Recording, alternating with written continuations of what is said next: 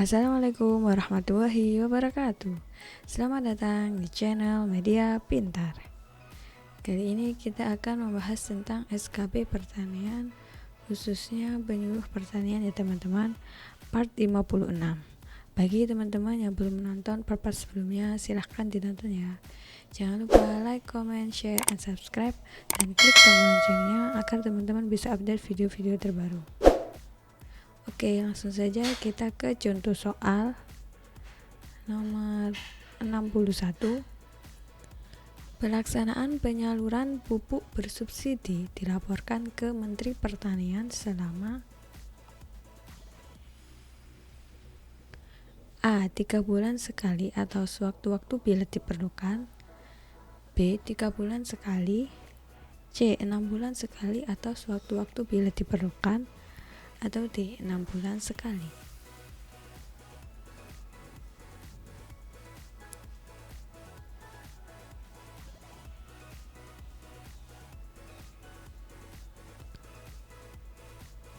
Oke, kita bahas ya teman-teman. Berdasarkan Permentan nomor 1 tahun 2020 tentang alokasi dan harga eceran tertinggi pupuk bersubsidi sektor pertanian, pasal 21. Pelaksanaan penyaluran pupuk bersubsidi dilaporkan kepada Menteri Pertanian paling kurang 3 bulan sekali atau sewaktu-waktu apabila diperlukan. Jadi jawaban yang paling tepat untuk nomor 61 adalah yang A ya teman-teman, 3 bulan sekali atau sewaktu-waktu bila diperlukan. Oke, sudah jelas ya. Lanjut soal berikutnya, nomor 62. Harga eceran tertinggi pupuk NPK formula khusus bersubsidi adalah A. Rp3.100, B.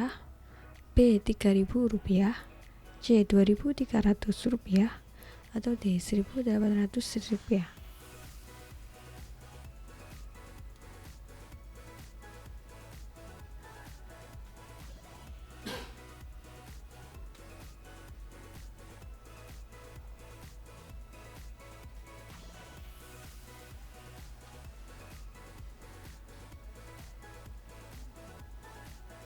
Oke, kita bahas ya teman-teman. Berdasarkan Permentan nomor 1 tahun 2020 tentang alokasi dan harga eceran tertinggi pupuk bersubsidi sektor pertanian, pasal 15 ayat 2, HET atau harga eceran tertinggi pupuk bersubsidi sebagaimana dimaksud pada ayat 1 ditetapkan sebagai berikut, yakni untuk pupuk urea itu adalah Rp1.800 per kilogram. Untuk pupuk SP36 harganya Rp2.000 per kilogram. Untuk pupuk ZA itu harganya Rp1.400 per kilogram. Untuk pupuk NPK itu harganya Rp2.300 per kilogram. Nah, untuk pupuk NPK formula khusus itu harganya Rp3.000 per kilogram. Dan untuk pupuk organik itu harganya Rp500 per kilogram. Jadi jawaban yang paling tepat untuk nomor 62 adalah yang B ya teman-teman, Rp3.000. Oke, sudah jelas ya. Lanjut soal berikutnya, nomor 63. Harga eceran tertinggi benih padi hibrida bersubsidi adalah A. Rp2.100, B. Rp4.000, C. Rp3.100, atau D. Rp4.100.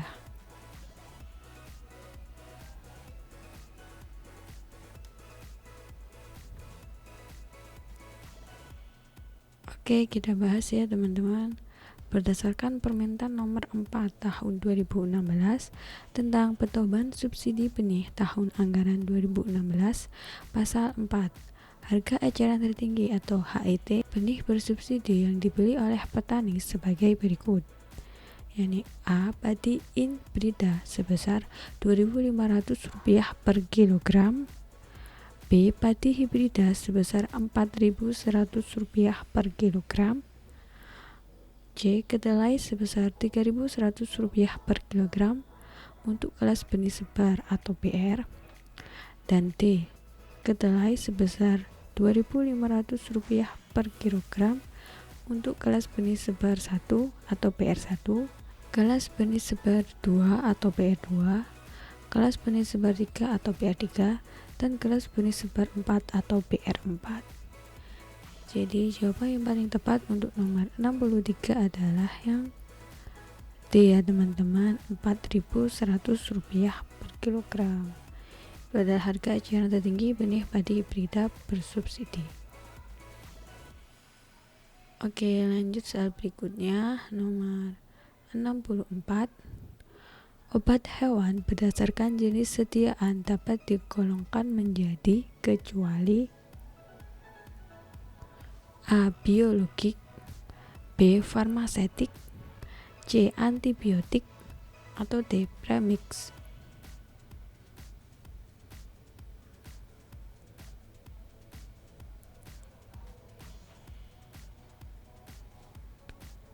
Oke, kita bahas ya teman-teman.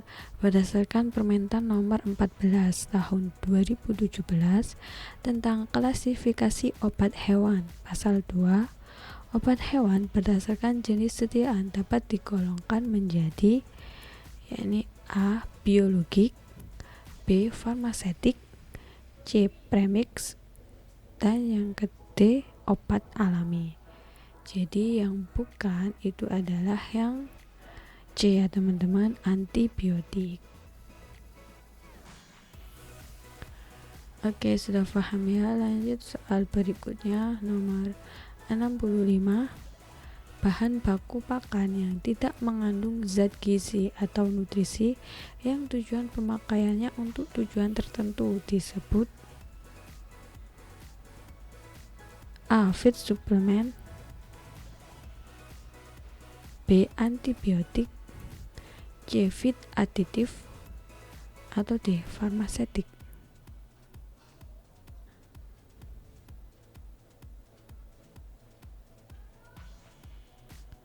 Oke, kita bahas satu-satu ya teman-teman. Untuk pelengkap pakan atau feed suplemen itu adalah suatu zat yang secara alami sudah terkandung dalam pakan, tetapi jumlahnya perlu ditingkatkan dengan menambahkannya dalam pakan.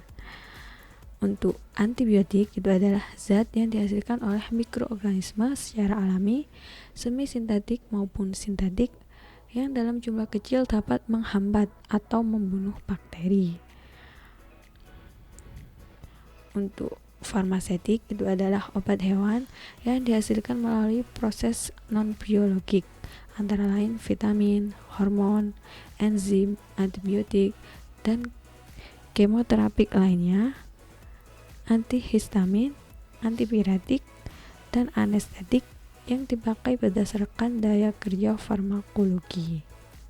Untuk imbuhan pakan atau feed aditif itu adalah bahan pakan yang tidak mengandung zat gizi atau nutrisi atau nutrien yang pemakaiannya untuk tujuan tertentu.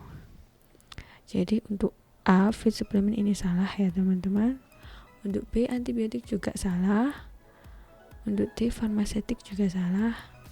Nah, jawaban yang paling tepat itu adalah yang C ya teman-teman, feed aditif. Oke, diingat-ingat ya teman-teman. Lanjut soal berikutnya, nomor 66. Pada sebidang areal pertanaman ada istilah gulma. Contohnya adalah A. Rumput di pematang sawah, B. Rumput ditanam di gawangan antara pokok sawit, C. Kacang tanah di awal pertanaman tumpang sari jagung kacang tanah, atau D. Mucuna atau kacang-kacangan yang tumbuh di sekitar tanaman sawit.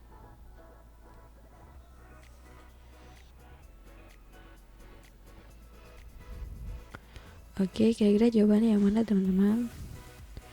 Ya, kita bahas satu-satu ya. Untuk A, rumput di pematang sawah, ini bukan ya. Untuk B, rumput di tanaman di gawangan antara pokok sawit, juga bukan termasuk gulma. Untuk C, kacang tanah di awal pertanaman tumpang sari jagung kacang tanah, Ini juga salah ya. Nah, untuk D, mucuna atau kacang-kacangan yang tumbuh di sekitar tanaman sawit, ini termasuk gulma, khususnya gulma berdaun lebar ya teman-teman. Jadi jawaban yang paling tepat untuk nomor 66 adalah yang D ya, mucuna atau kacang-kacangan yang tumbuh di sekitar tanaman sawit. Oke, sudah paham ya. Lanjut soal berikutnya, nomor 67. Bagian yang dapat dimakan dari buah pepaya adalah A. Eksokarp, B. Endokarp, C. Epikarp, atau D. Mesokarp.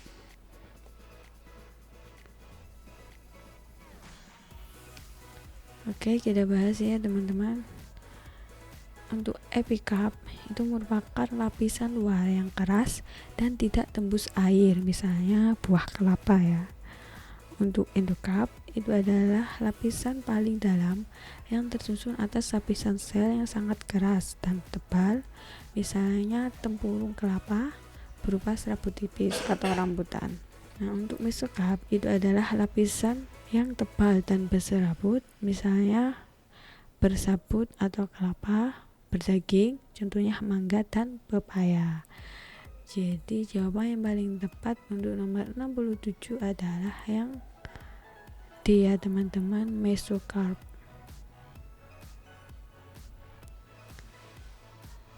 Oke, lanjut soal berikutnya, nomor 68.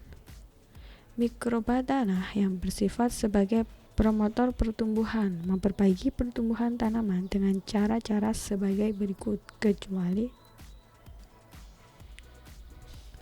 A. Memproduksi hormon, B. Meningkatkan ketersediaan hara, C. Menekan populasi patogen, atau D. Meningkatkan kapasitas penyerapan air.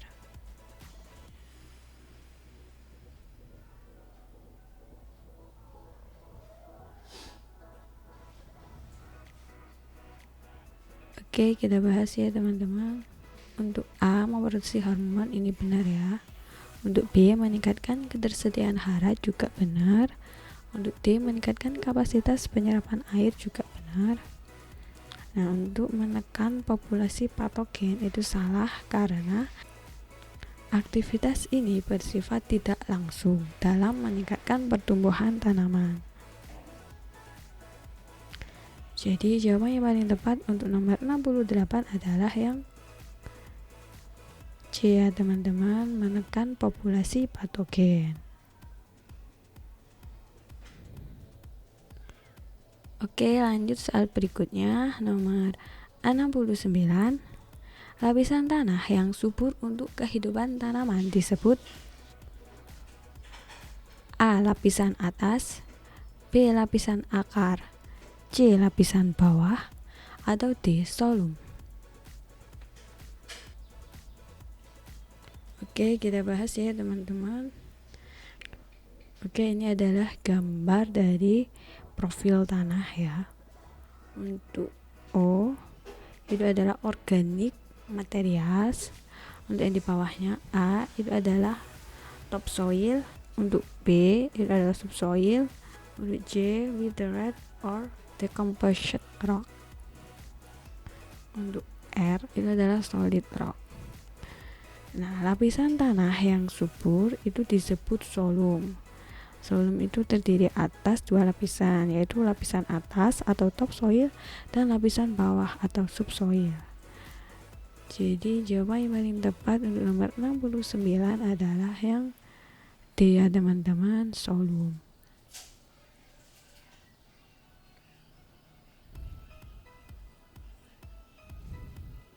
Oke, lanjut soal berikutnya, nomor 70. Lahan dari cekungan yang sangat luas tergenang sampai dalam pada saat musim penghujan dan surut pada musim kemarau. Pertanaman yang umumnya diusahakan adalah padi pada musim penghujan dan palawija pada musim kemarau. Potensi hasil padi rendah, yakni sekitar 2-3 ton per hektar. Umumnya menanam varietas lokal adalah jenis lahan A. Sawah beririgasi. B. Rawa lebak. C. Sawah tada hujan. Atau D. Tegalan.